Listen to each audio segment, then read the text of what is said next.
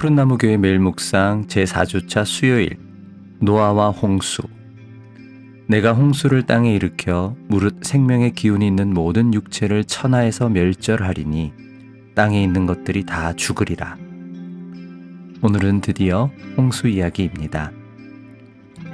어제도 말씀드렸듯이 홍수 이야기는 고대 근동 세계에 널리 퍼져 있었고 그 이야기들과 창세기의 이야기는 매우 유사합니다. 그 유사점들을 보면 다음과 같습니다. 우선 신들이 인간들에게 문제를 느끼고 인간을 멸하기 위해 홍수를 일으키기로 결정합니다. 둘째, 그러나 신들은 한 사람을 택해서 방주를 짓게 함으로써 홍수에서 살아남게 합니다. 셋째, 이때 방주의 모양은 각각 다르지만 면적은 동일합니다. 넷째, 방주 안에는 홍수의 주인공과 가족 또는 특정 사람들 그리고 동물들이 함께 탑니다. 다섯째, 홍수는 결국 줄어들고 방주는 산에 머무릅니다. 여섯째, 물이 줄어들었는지 확인하기 위해 새를 날려보냅니다. 일곱째, 방주에서 내린 인간은 신에게 제사를 지냅니다. 이렇게 보면 우리가 알고 있는 성경의 이야기와 또 이 고대 근동의 이야기 사이에 엄청난 유사점들이 있다는 걸 보게 됩니다. 그런데 월트는 그건 중요한 게 아니라고 합니다. 그럼 뭐가 중요하냐? 중요한 것은 사건에 대한 해석의 차이입니다. 이 일이 그래서 대체 무슨 의미냐는 겁니다. 여기서 책의 이야기를 잠시 볼 필요가 있습니다. 고대 근동뿐 아니라 거의 전 세계에 걸쳐 홍수사라가 존재하는데요. 그렇다는 것은 전 지구적인 홍수 사건이 있었다는 걸까요? 창조과학자들은 그렇게 주장하지만 안타깝게도 지질학적으로 전 지구적 홍수가 있었다는 증거는 전혀 찾아볼 수 없습니다. 그러면 홍수 이야기는 아무 의미가 없을까요? 그렇지 않습니다. 우선 성경이 모든이나 전부 같은 표현을 쓸 때 이게 종종 과장법이라는 걸 이해할 필요가 있습니다.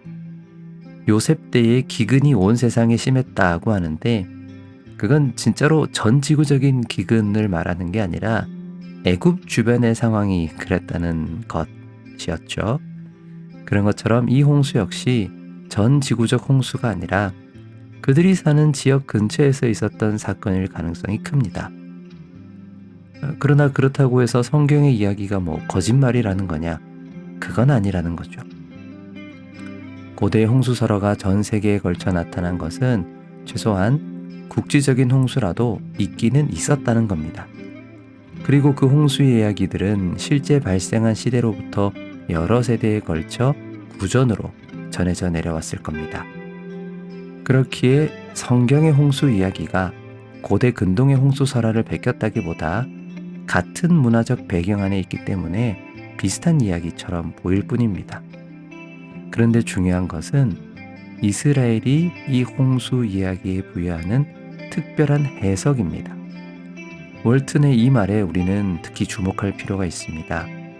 사건에 대한 문학적, 신학적 해석이 영감의 대상이지 사건 자체가 영감의 대상은 아니다. 그렇습니다. 일어난 사건은 모두에게 비슷합니다. 그러나 그 사건의 의미는 다릅니다. 바로 그 과정에서 성령의 영감이 작동하는 것입니다. 그러면 이 사건에 대한 창세기 해석의 특이한 점은 뭘까요? 우선 책에서는 이 홍수 이야기의 초점을 심판으로 제시합니다. 월트는 그런 해석도 틀린 해석은 아니라고 합니다. 책에서도 말하듯 신약의 저자들도 그렇게 해석하기 때문입니다. 그러나 월트는 나아가 이 홍수 이야기의 핵심은 바로 언약에 있다고 합니다. 민경구는 이렇게 말합니다. 죄를 지었으니 심판을 당해라. 이런 인과응보식의 생각은 사람들에게 당연해 보이지만 성경은 그것을 뛰어넘는다고 말입니다. 이것을 민경구는 여호와의 자기 극복이라고 합니다. 이게 바로 고대 근동과의 차이이기 때문에 내일 좀 더 자세히 다루겠습니다. 오늘은 이거 하나를 기억하면 좋겠습니다. 사랑하는 여러분, 홍수 사건 자체가 성경에 적혀 있는 그대로 전개되지는 않았을지도 모르지만 이것을 통해 우리에게 하고자 하는 그 이야기야말로 정말로 하나님께서 우리에게 하고 싶으신 이야기라는 것, 여러분 이것을 꼭 기억하시기 바랍니다. 제가 설교 중에나 역사 특강을 통해서나 계속 강조한 것처럼 중요한 건 사건 그 자체가 아니라 그 사건의 해석입니다. 여러분은 여러분에게 일어난 일을 어떻게 해석하시나요? 그리고 그 해석이 오늘 여러분에게 어떤 의미인가요? 바라기는 여러분에게 일어난 사건을 그저 흘려보내지 마시고 그 사건의 의미를 하나님께 물으시기 바랍니다.